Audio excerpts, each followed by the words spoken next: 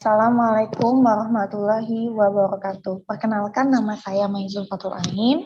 Di sini saya akan menjelaskan tentang sistem reproduksi atau mengajarkan tentang sistem reproduksi. Baiklah, halo Rudi, apa kabar? Itu baik ya hari ini, semoga harinya menyenangkan. Oke, di sini kita akan belajar tentang sistem reproduksi. Apakah sudah belajar di sekolah? Sudah ya, sedikit tapi. Oke, nanti kakak akan jelaskan lebih banyak ya tentang sistem reproduksi. Nanti kalau seandainya pada saat kakak mengajar ada sesuatu yang ingin ditanyakan, boleh ditanyakan secara langsung ya. Dan kalau kakak menjelaskannya terlalu cepat, boleh bilang juga. Oke? Sebelum kakak memulai pelajaran tentang organ-organ reproduksi, kakak akan menjelaskan dulu apa itu reproduksi.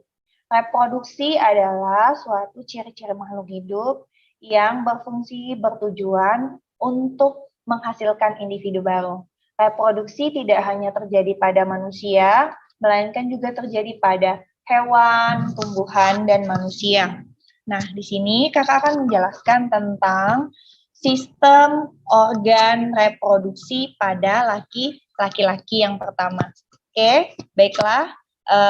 Di sini ada yang pertama, kakak akan menjelaskan tentang testis. Apa itu testis?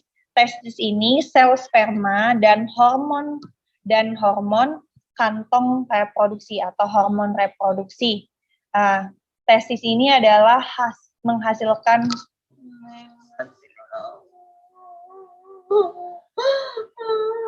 Nggak nem aku salah terus.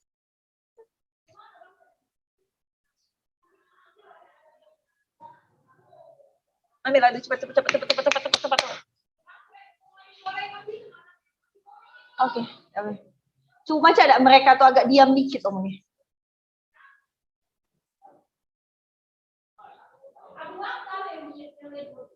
Omong Kevin. Tegal main 15 menit main.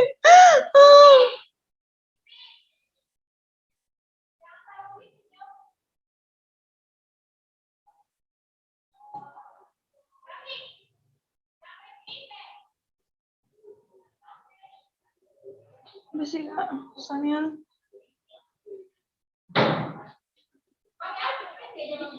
Pakai Zoom.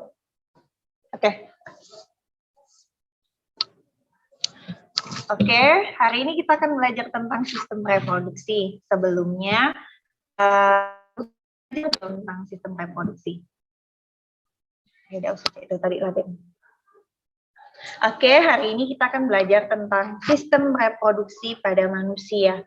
Sebelumnya, sebelum kakak mengajarkan organ-organ reproduksi, apa yang dimaksud reproduksi dulu? Oke.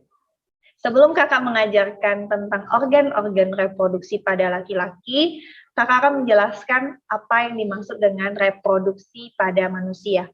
Reproduksi ini adalah ciri-ciri makhluk hidup yang bertujuan untuk menghasilkan individu baru. Iya, tidak hanya pada manusia, reproduksi juga terjadi pada hewan, tumbuhan, dan manusia juga. Nah, di sini kita akan belajar tentang organ-organ penyusun sistem reproduksi.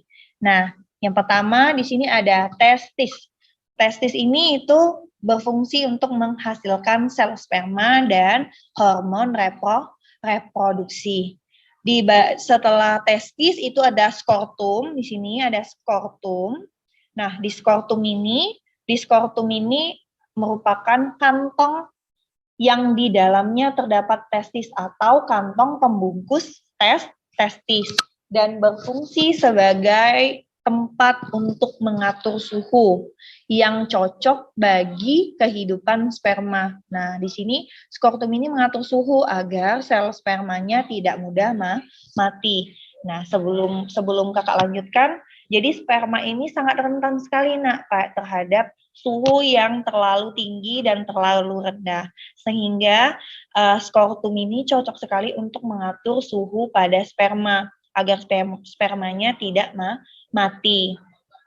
Lalu di sini juga ada yang namanya tubulus seminivirus. Tubulus seminivirus ini berfungsi untuk pembentukan sperma. Nah, tubulus seminivirus ini terdapat di mana? Terdapat di testis. Terdapat di testis. Jadi di testis ini ada tubulus seminivirus, ada epididymis. Nah, epididymis ini untuk apa? Epididymis atau ductus epididymis ini tempat pematangan dan penyimpanan sementara sel sperma. Jadi tempat pematangan, tempat penyimpanan itu terdapat di ductus epididymis. Ada juga yang namanya vas deferens. Vas deferens ini berfungsi untuk menyalurkan sperma ke kantong sperma. Oke, ada yang namanya kelenjar prostat dan kelenjar Cowper. Kelenjar prostat dan kelenjar Cowper ini menghasilkan cairan semen. Cairan semen ini berfungsi untuk memberi nutrisi dan mempermudah gerak sperma. Jadi sperma ini di dalamnya terdapat banyak sekali nutrisi.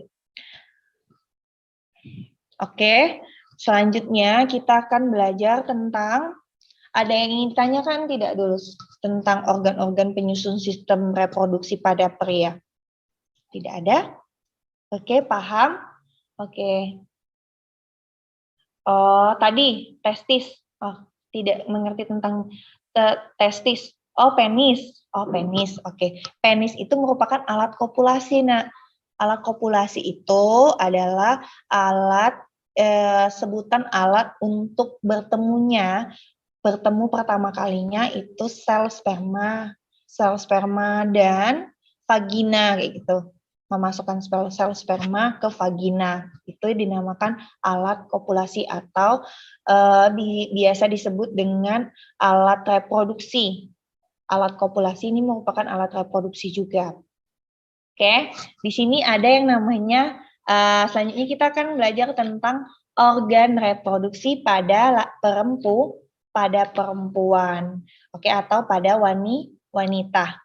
Jadi organ-organ penyusun sistem reproduksi pada wanita, yang pertama itu ada yang namanya vagina.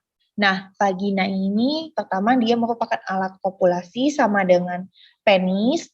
Nah, vagina juga tempat keluarnya bayi pada kelahiran alami. Jadi kalau kelahiran alami itu tidak dengan sesar ya atau dengan operasi. Dia kelahiran alami itu keluarnya dari vagina. Terus ada lagi yang namanya uterus. Nah, uterus ini tempat apa?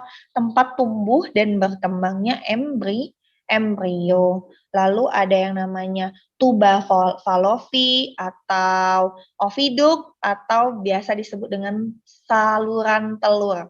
Nah, di sini tuba Fallopi atau oviduk ini membawa sel telur dari ovarium menuju uterus dan tempat terjadinya pembuahan. Jadi oviduk ini tempat sel telur dari ovarium terus menuju uterus dan tempat terjadinya pembuahan. Nah, tempat terjadinya pembuahan atau fertilisasi ini tempat ketemunya sel sperma dan ovum.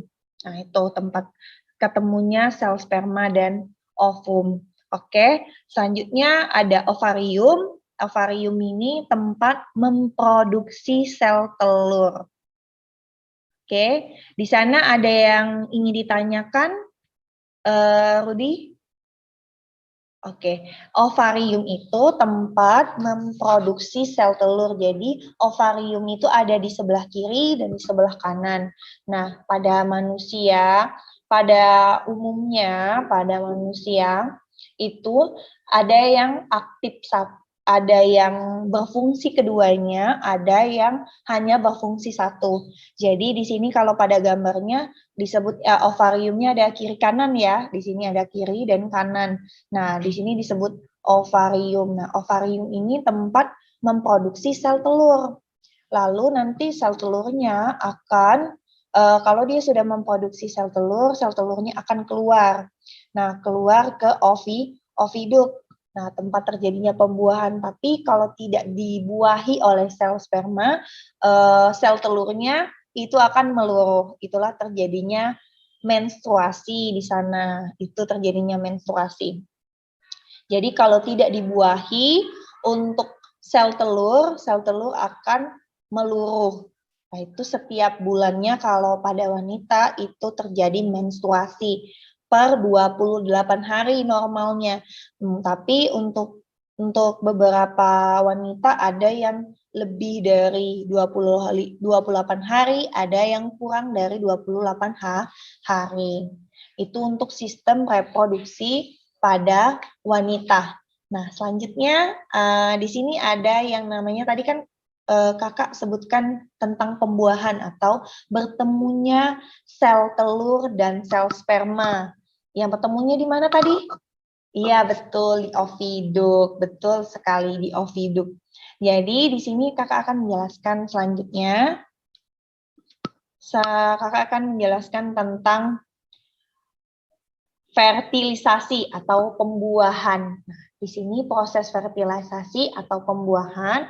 Jadi, ovum atau sel telur yang dikeluarkan dari ovarium tadi itu menuju uterus atau rahim ya, disebutnya rahim menuju uterus di sini. Nah, jadi proses pelepasan ovum dari ovarium itu disebut dengan ovulasi. Nah, dalam perjalanannya dalam perjalanannya dari ovarium ke uterus itu, jika ovum atau sel telur bertemu dengan sel sperma di tuba Fallopi, itu sel telur akan dibuahi oleh sperma. Namun jika tidak, itu akan meluruh atau terjadilah menstruasi. Nah, proses pembuahan ovum oleh sperma disebut dengan fertilisasi. Jadi, ketika proses pembuahan berlangsung, hanya kepala sperma yang masuk ke dalam ovum. Jadi hanya kepalanya saja. Jadi sperma itu ada bentuknya itu panjang, ada kepala dan ekornya. Yang masuk itu hanya kepalanya saja. Oke, baiklah. Di sini kakak ada yang ingin ditanyakan lagi tentang fertilisasi? Oke, sudah mengerti? Oke. Oke, tidak ada lagi pertanyaan tentang fertilisasi? Iya, jadi nanti inti sperma itu akan bergabung dengan inti ovum.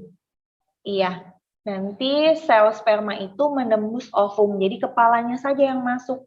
Nah, jadi kan sperma itu banyak ya, hampir 1 juta lebih sekali pada cairan yang pertama itu 1 juta lebih sel spermanya yang masuk ke dalam inti ovum atau ovum yang masuk tembus ke ovum itu cuma 1 dan itu hanya kepala